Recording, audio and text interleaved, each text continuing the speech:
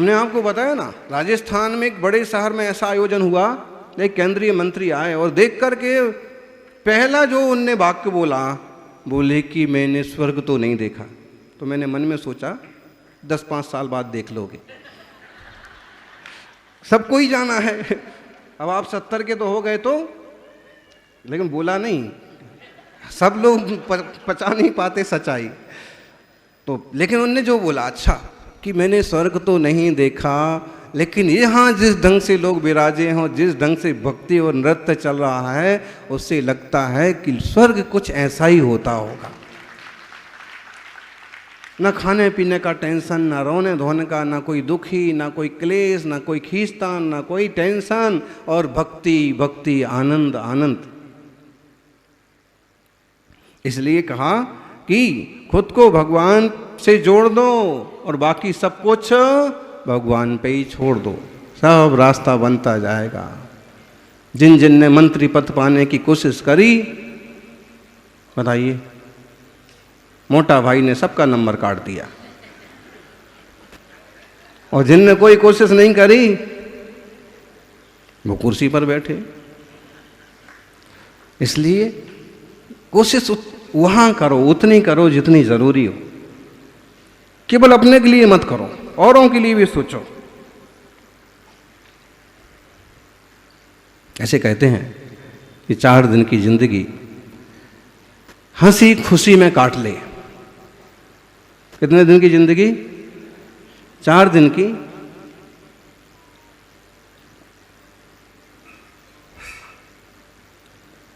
वैसे आजकल तो 2 ही दिन की जिंदगी है, फिर भी अपन जो जुमला है उसको उसी ढंग से समझो कि 4 दिन की जिंदगी हंसी खुशी में काट ले, मत किसी का दिल दुखा, दर्द सबका बांट ले, कुछ नहीं साथ जाना, एक पुण्य के सिवा, कर भला होगा भला, गांठ में ये बांध ले।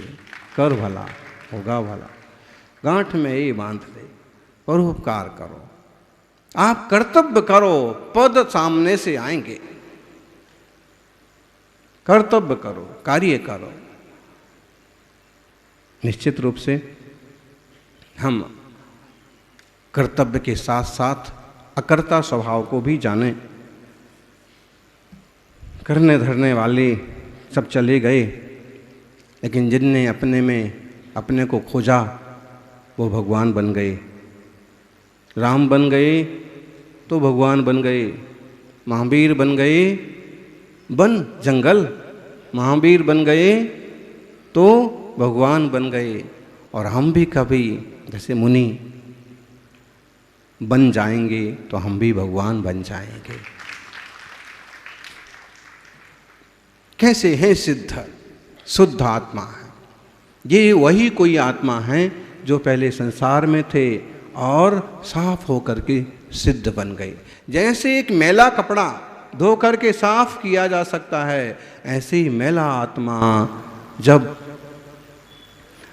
तपस्या की आग में तपता है तो मैला आत्मा भी शुद्ध हो जाता है, निखर जाता है, परमात्मा बन जाता है। आचार्य पूज्यपाद कहते हैं, जानन पश्यन् समस्तम सममनुपर्तम संप्रतन्वन वितन्वन धुनवन ध्वांतम नितांतम निचतमनुपमं पीण्यन्नीश भावम कुर्वन् सर्वप्रजानां परमभिभवन् ज्योतिरात्मानमात्मा आत्मन्नेवात्मनासौ क्षणमुपजयन्यन् स स्वयंभू प्रभत्तः। स्वयंभू एक शब्द है, भगवान को स्वयंभू कहा है। शिव जी के लिए भी स्वयंभू, और स्वयंभू का ही प्राकृत शब्द है शंभू। शंभू शब्द कैसे बना? क्या थे आबियो शंभू? स्वयंभू। स्वयंभू ही शंभू बन गया। शब्द ऐसे बदल जाते हैं, बदलते बदलते। जानन पश्यन् समस्तम, जब यह आत्मा शुद्ध होता है तो इसका आधा अधूरा ज्ञान नहीं रहता है। हमारा आधा अधूरा ज्ञान है, यानी हमारा लेवल ज्ञान है, सिद्धों का केवल ज्ञान है। हमारे ज्ञान का तो एक लेवल है, इसके आगे हम नहीं जा पाएंगे। लेकिन सिद्ध अरहंत केवल ज्ञानी है। लेकिन इस लेवल ज्ञान से जब हम अपने केवल ज्ञान को परखते हैं तो हम भी केवल ज्ञान को पाते हैं। जानन जानते हुए, देखते हुए, समस्तम अनुपर्तम संप्रतन बन वितन बन। और अरहंत परमात्मा जो स्वयंभू हैं वह सब कुछ जानते हुए, देखते हुए और सबको तृप्त करते हुए, पूरी तरह से तृप्त होते हुए और अपने ज्ञान को पूरे लोक में फैलाते हुए, मोह रूपी अंधकार को नष्ट करते हुए जब अरहंत हो गए तो समो शरण सभा को संतुष्ट करते हुए, श्रोता संतुष्ट होना चाहिए, उक्ता नहीं जाना चाहिए। उक्ता ना जानते, बुंदेलखंड वाला जान सकता है।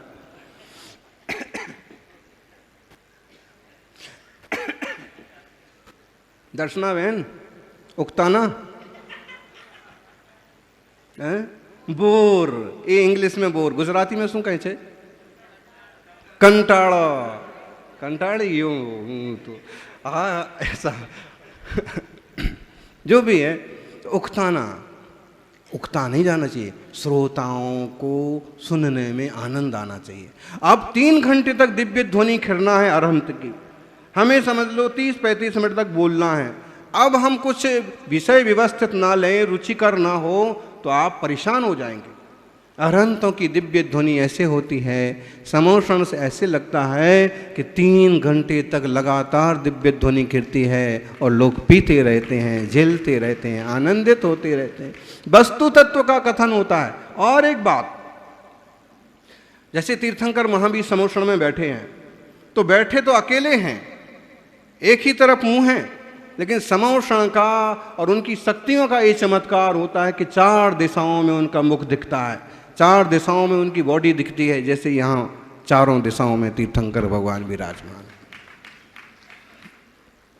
अब चारों दिशाओं में दिखता है तो क्या होता है? समस्या ये, हम इधर देखते हैं ना तो इधर वालों को ऐसे लगता है कि महाराज जी तो इधर इधर देखते हैं, और जब इधर देखते हैं थोड़ी देर तो फिर इनको लगता है इधर इधर, और सामने वाले कि सामने तो महाराज देखते ही नहीं है। भाई क्या करें, शरीर जैसा है वैसा है, क्षमता जितनी उतनी है, एक समय में एक तरफ ही देखा जा सकता है। और ये भी समस्या की जड़ है। जब आप माँ से बात करते होते हैं तो पत्नी को नहीं संभाल पा रहे होते हैं, जब आप पत्नी को संभाल रहे होते हैं तब माँ से बात नहीं कर पा रहे होते, इसी बीच में बहन और हो तो ये एक जंजाले भी है, और इसमें 2-4 बच्चे हों, फिर उसमें काकी वावी हों, तो फिर वो जब शादी वगैरह का माहौल होता है ना तो जो जिम्मेदार आदमी होता है सबसे ज़्यादा चटनी बाबूजी, सबसे ज़्यादा। अब किस किस से बात करें, किस किस को संभाले, किस किस के लिए पूछे। और अगर सब लोग इस बात को समझ जाएं कि एक व्यक्ति एक समय में एक ही काम कर पाता है, अगर ये हमें नहीं पूछ पाए तो हमें नाराज होने की ज़रूरत नहीं है। ये भी हमारे जैसे हैं, कभी हमारे लिए काम पड़ेगा तो हम क्या करेंगे। जैसे अभी विधायक हैं, मंत्री हैं, बहुत लोगों को बहुत आशाएं होती हैं इनसे, और अगर कहीं एप्लीकेशन लेने के लिए खड़े हो जाएं तो एक साथ 1500 आ जाए, कागज़ का इतना ढेर हो जाए कि ले जाने में ही। अब अपेक्षाएं तो सबकी हैं। अब हमें ये समझ लेना चाहिए कि सबकी अपेक्षाएं हैं, इसलिए कोशिश करो कि सबको हम आशीर्वाद दे पाएँ, बात कर पाएँ, देख पाएँ।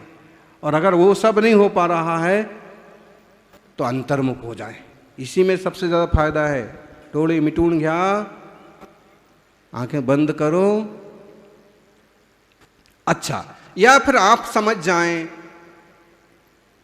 कि वो कितने लोगों से व्यवहार करेंगे, लेकिन अरहंतों के साथ ऐसा नहीं है। वो चारों दिशाओं में उनका मुख दिखता है और हर एक व्यक्ति को ऐसे लगता है कि वो हमको ही देख रहे हैं, हमको ही देख रहे हैं। इससे बड़ा संतोष होता है। ये देखने की ताकत बहुत होती है, आंखों में बड़ी एनर्जी होती है। आप अकेले खड़े हैं और आपको कोई नहीं देख रहा है, आप कोई भाषण नहीं दे सकते, आप कोई एक्शन नहीं कर सकते, लेकिन आप अकेले खड़े हैं और आपको 1000 लोग देख रहे हैं। आप बिल्कुल भी वक्ता नहीं हैं तो अभी आप बोलने लग जाएंगे। तो अभी आपको जो एनर्जी मिलती है, फील होता है, अपनापन लगता है, तो अरहंत परमात्मा सबको संतुष्ट करते हुए अपनी वाणी से, अपनी दृष्टि से और सब प्राणियों का हित करते हुए ईश्वर पने को प्राप्त होते हैं। वे अपनी आत्मा से, अपनी आत्मा में ही रमे हुए, जमे हुए और एक दिन सिद्ध हो जाते हैं। कभी कभी ज़्यादा बोलना भी नुकसानदायक होता है। स्कूल की किताब में वो कहानी आपने पढ़ी हो, एक कलाकार था मूर्ति बनाने वाला, आपकी यूनिवर्सिटी में पढ़ाई जाती है। एक कलाकार था, ऐसी मूर्ति बनाता था कि वो मूर्ति कोई देखे तो जिसकी मूर्ति है वो वही समझ ले, यही आदमी है।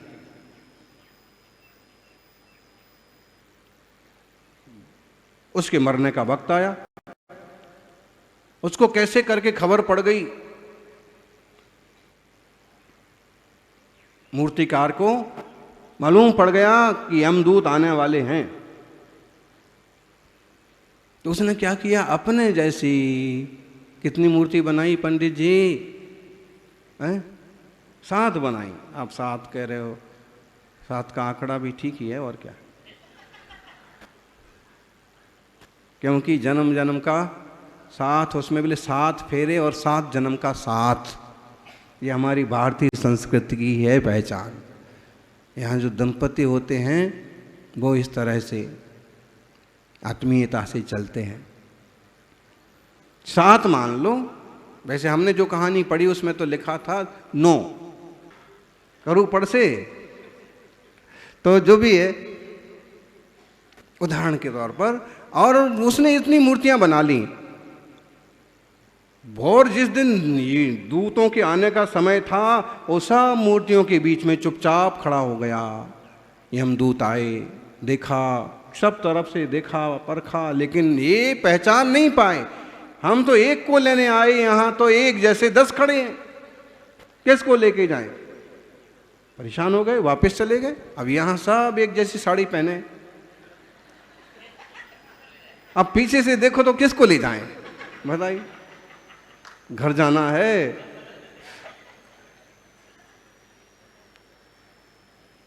फिर जब हम चेहरा देखते तो मालूम पड़ता। अब वहां तो चेहरा देखने से भी मालूम ना पड़ा कि किसको ले जाएं, क्या करें। वापस पहुंचे, यमराज से कहा कि महाराज, यमराज ने कहा कि भाई मैं ही चलता हूं। जब बड़ा काम आ पड़ता है तो बड़े लोगों को जाना पड़ता है, बिना बड़े लोगों के शामिल हुए काम नहीं होता है।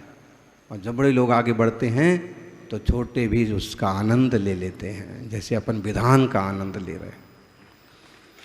यमराज पहुंचे, दूत भी साथ में था, देखा, यमराज भी चक्कर में पड़ गए।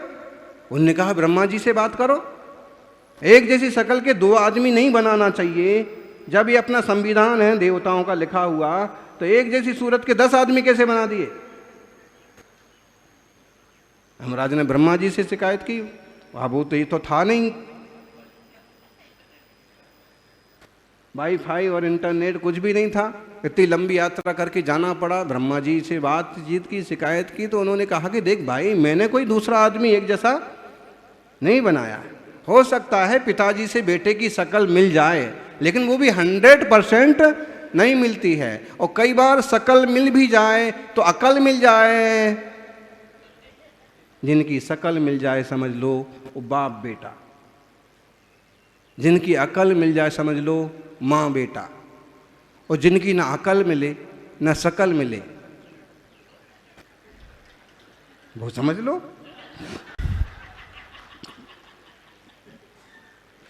अब हम बोलेंगे कि वो पति पत्नी, तो आपको बुरा लग जाएगा। लेकिन जिनकी अकल और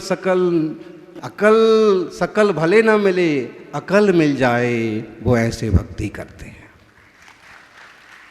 शकल पर तो कुछ नहीं कर सकते हैं, जो जैसा है सो है, लेकिन अकल तो चेहरा जैसा है, लेकिन इसको रंग देना, इस पर मुस्कान लाना, ये आपके हाथ में। यमराज ने कहा कि दूसरा नहीं बनाया तो वहां 10-10 कैसे खड़े हैं? ब्रह्मा जी ने कहा चलो मैं भी चलता हूं। आ गए, देखा कि ये तो 10 खड़े एक साथ, चक्कर पड़ गए। भाई ये तो जो है विष्णु जी का है, कुछ हाथ क्या मालूम करो। विष्णु जी भी आ गए, शिव जी भी आ गए, सारी सृष्टि के देवता उपलब्ध। तभी युक्ति लगाई गई कि शायद इंसान एक ही हो, कलाकार तो है ही, ये मूर्ति बनाने वाला है। ऐसा तो नहीं कि 10 मूर्तियां हों, 9 मूर्तियां हों और एक ही हो, ऐसा ही है। कैसे पकड़ा जाए? तो कहा आदमी जब अपनी प्रशंसा सुनता है तो चुप नहीं रह पाता है। विष्णु जी ने सुझाव दिया कि आप प्रशंसा करो जरा इसकी, और धीरे से कानाफूसी हुई और कहा हा कितनी बढ़िया प्रतिमा, जिसने ऐसी मूर्तियां बनाई हैं वो इंसान मिल जाए तो ब्रह्मा जी की जगह पर हम उसे विराजमान कर दें। इतना सुनना था कि वो तो एकदम उछल करके बाहर आ गया। अरे मैं ही हूं, मैंने बनाई। तुरंत यमराज ने कान पकड़ा, हम तुम्हें ही को खोज रहे थे। ये ईडी वाले, सीआईडी वाले, सीबीआई वाले इसी टाइप के होते हैं। बात पहले कुछ करते हैं, जब पकड़ में आते हो तो अच्छे से खबर लेते हैं। चलो तुम्ही को खोज रहे थे। उसने विचार किया कि जो ज़्यादा बोलता है वो फंस जाता है। मैं बोला, फंस गया। ज़्यादा नहीं बोलना, कम बोलो, काम का बोलो, जितना ज़रूरी है उतना बोलो, बोलो पहले तोलो। और ऐसे अपना जीवन सधा हुआ हो, बंधा हुआ हो, सात्विक हो, दर्शन ज्ञानमय हो। दर्शना शब्द भी बहुत अच्छा है। अभी दर्शना वर्णिंग के साथ आता है और सम्यक दर्शन के साथ भी आता है। तो ऐसे सम्यक दर्शन, ज्ञान और चारित्र रत्नात्रयात्मक जीवन अपना भी हो। सोनो आत्मा पवित्र थाओ, सोनो जीवन कल्याणकारी थाओ। संसारનો प्रत्येक जीव सुखी थाओ, ये मंगल भावना साथे विरमू छूं। जय बोलिए अनंत अनंत सिद्ध परमेश जी भगवान के।